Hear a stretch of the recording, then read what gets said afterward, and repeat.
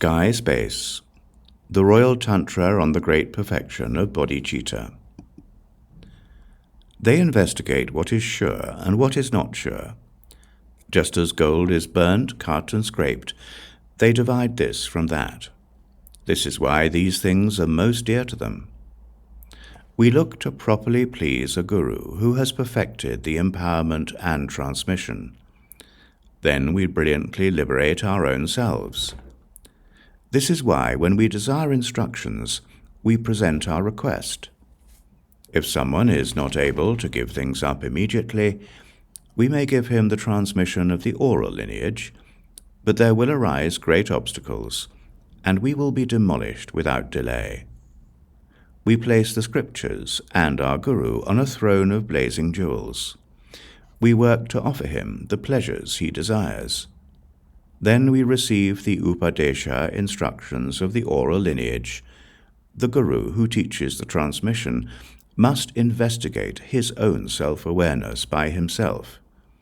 Then he will give the Upadesha instructions for our individual self-awareness, which harmoniously unite us each to each.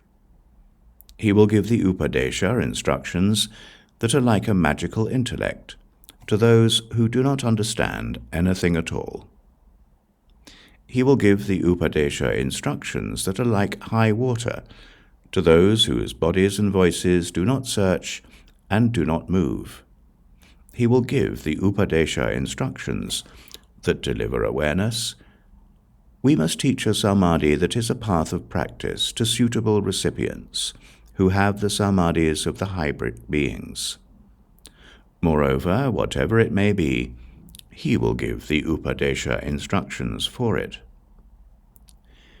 If someone does not give up the things he enjoys, his body and his life, because of an impoverished attitude, he is not a suitable recipient for the Upadesha instructions. So do not teach him even one word.